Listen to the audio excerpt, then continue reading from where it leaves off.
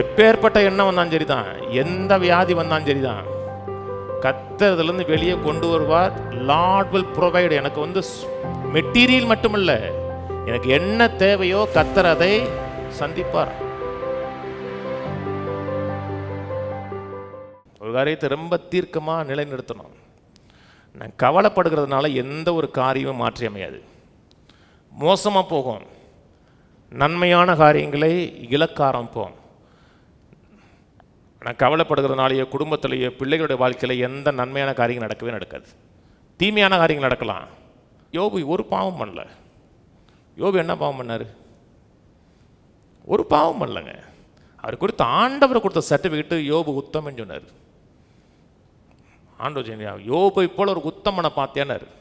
உத்தம, ஆனால் புத்தி சரியில்லை. செயல் உத்தமம், ஆனால் புத்தி சரியில்லை. எல்லாவற்றை கொடுத்து நெகட்டிவ் தாட்டு. ஏன்னா அன்றைக்கி ஏதாவது ஒரு சூப்பர் நேச்சுரல் நடந்துச்சுன்னா அவர் சொன்னார், கத்தர் கொடுத்தார், கத்தர் எடுத்தார்னாரு. ஏன்னா அன்னைக்கு அவருக்கு இருந்த அறிவு என்னென்னா, சூப்பர் நேச்சுரல் நடந்ததெல்லாம் கத்தருடைய செயல் நினச்சாங்க. நீங்கள் பழைய ஏற்பாட்டு புத்தகம் படித்து பாருங்கள், பிசாசுங்கிற வார்த்தையே இருக்காது.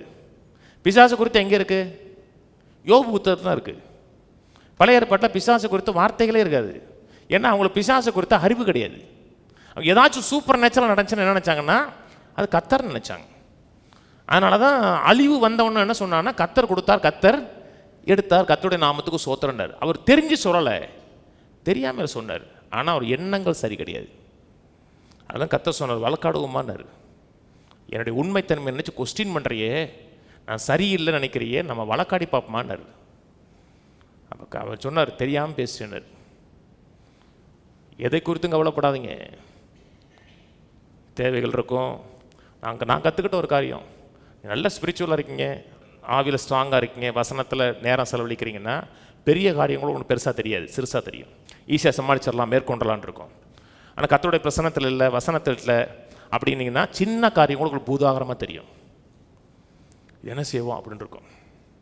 இப்போ நீங்கள் கவர்மெண்ட்டில் வேலை பார்க்குறீங்களா இல்லை ப்ரைவேட்டில் வேலை பார்க்குறீங்க அப்படின்னா, கவர்மெண்ட்டில் வேலை பார்த்தீங்கன்னா 36 சம்பளம் போட்டுருவாங்க. 30 to 31 போட்டுறாங்க. இப்போ 1 சம்பளம் கிடையாது. ஒரு காலத்தில் கவர்மெண்ட் வேலைன்னா 1 சம்பளம் தாங்க.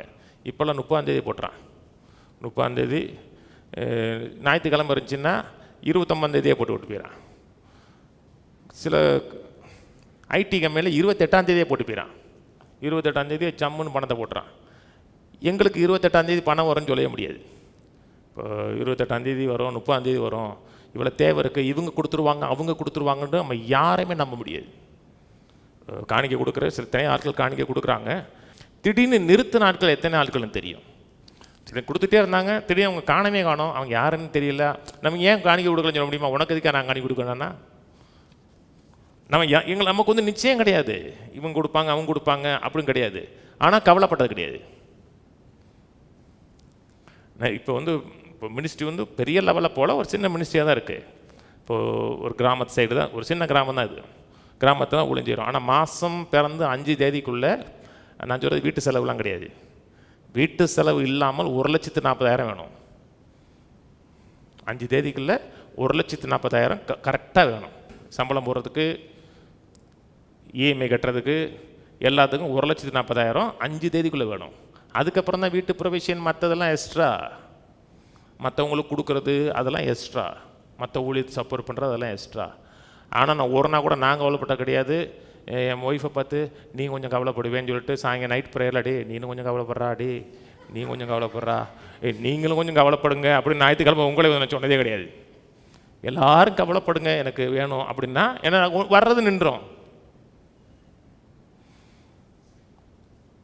அன்றைக்கி ஆபிரகாம் சொல்கிறார் பார்த்தீங்களா, கர்த்தர் பார்த்துக்குவாருங்கிறார் பார்த்தீங்களா.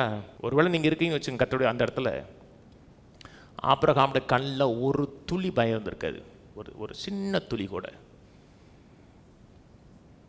ஏன்னா 100 வருஷம் கழிச்சு பிள்ளை கிடச்சிருக்குங்க, ஒரு சின்ன துளி கூட பயம் கிடையாது, கர்த்தர் பார்த்துக்குவாருங்கிறார்.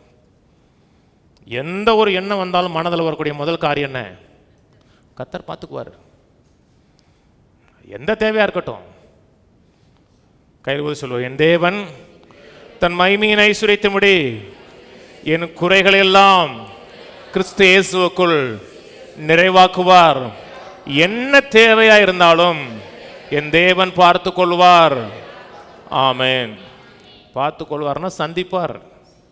என்ன தேவையாக இருக்கட்டும், சரீர பிரகாரமாக ஒரு வியாதியின் அறிகுறி வருது, பிசாசு சொல்லுவான் இது சுகமே ஆகாதான், இது லைஃப் லாங்காக அப்படித்தான் இருக்குமா, இது இன்க்யூரபிளா, அப்படியா இப்படியான்னு சொல்லுவான். அந்த எண்ணத்தை நீங்கள் அப்படியே எடுத்துட்டீங்கன்னா, எடுத்து சிந்திக்கிறீங்கன்னா விஷம் போட்டது மாதிரி, விஷம் ஏறின மாதிரி மனதில் விஷம் ஏறிக்கிட்டு இருக்கோம்.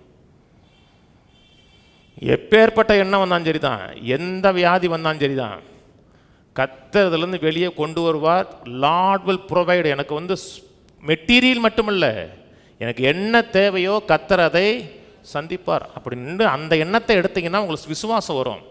நெகட்டிவான எண்ணத்தை எடுத்துட்டிங்கன்னு வச்சுங்களேன், எடுத்த உடனே என்ன உண்டாகுன்னா பயம் உண்டாகும். பயம் உண்டாயிருச்சுன்னா கர்த்தர் செயல்படுறது அப்படி நின்றும். நம்ம வீட்டு வாசல் வர நம்முடைய எல்லா வர வந்திருப்பார், அப்படி கர்த்தர் அப்படி கையை கட்டி போட்டது மாதிரி ஆயிடும். இது ஸ்பிரிச்சுவல் லாங். அது